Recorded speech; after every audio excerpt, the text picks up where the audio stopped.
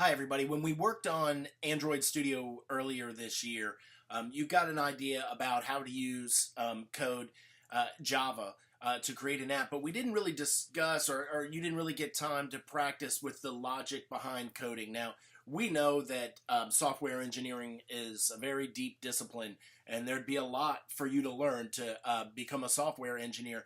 But just to understand some of the code or the principles behind the code that you would create apps with if you were choosing to use a app design method that caused you to code, because we've also noted that you could create a number of applications for mobile platforms without actually having to write code, or to use something that scaffolds you a lot, like Unity, where we used C#, and you can use JavaScript to create apps with. But we're just going to use something called MIT App Inventor for a couple of quick assignments.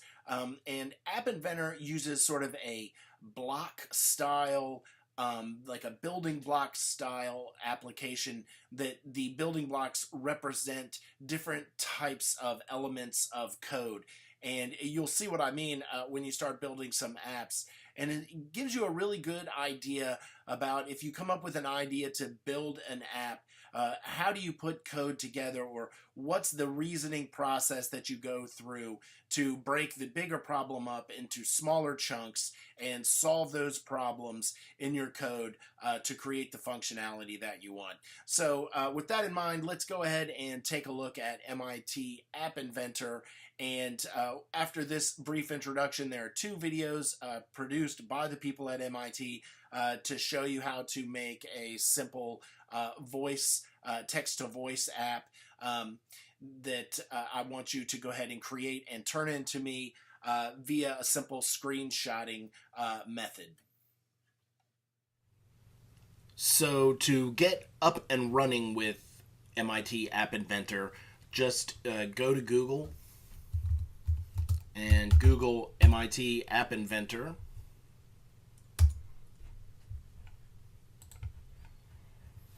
And go to the home page, and something like this will pop up, and there'll be an icon down for getting started, and just click on that.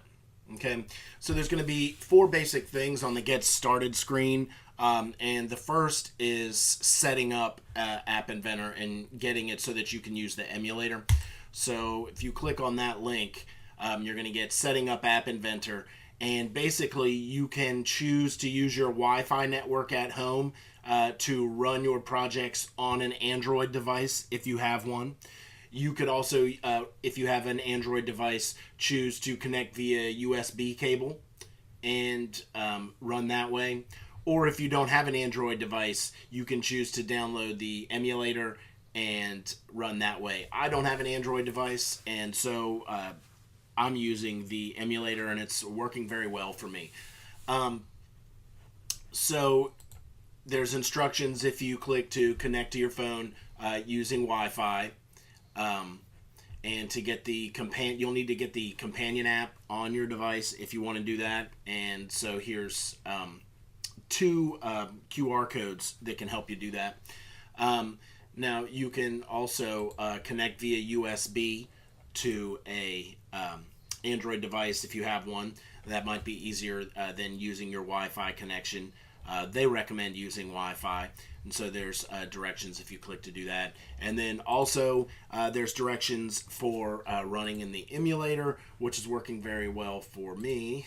It looks like that, if you can see that.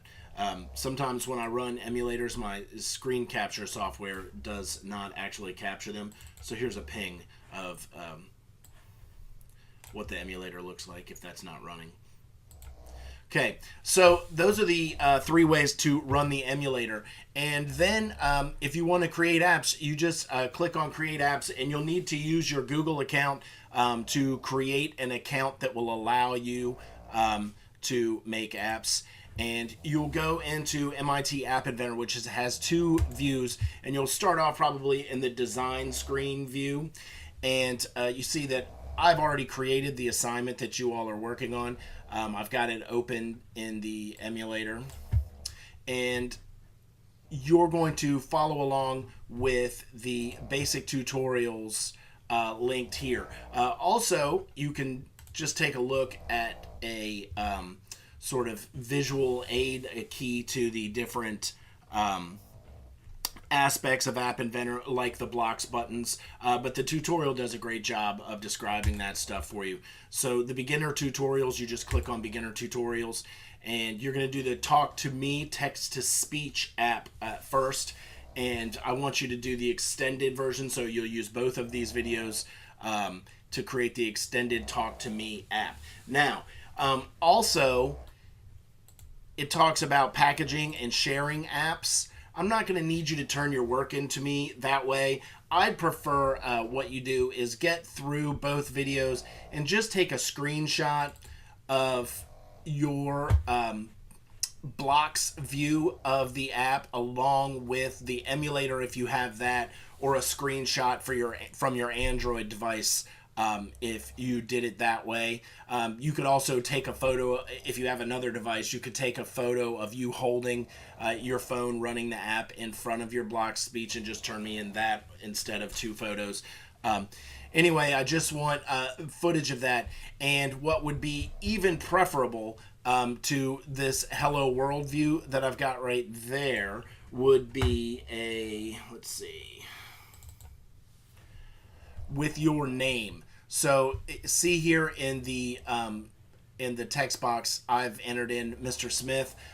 Once you've got through the point where your user can type in what they want the phone to say, get a photo of your name so I can see that it's unique to you, and you can just upload that to show me that you have created the app. Okay, that's, I think, the easiest way to turn it in. So I just want you to get through that first tutorial, creating the talk to me with the shake input and users being able to input text into a text box to control the text that the phone says.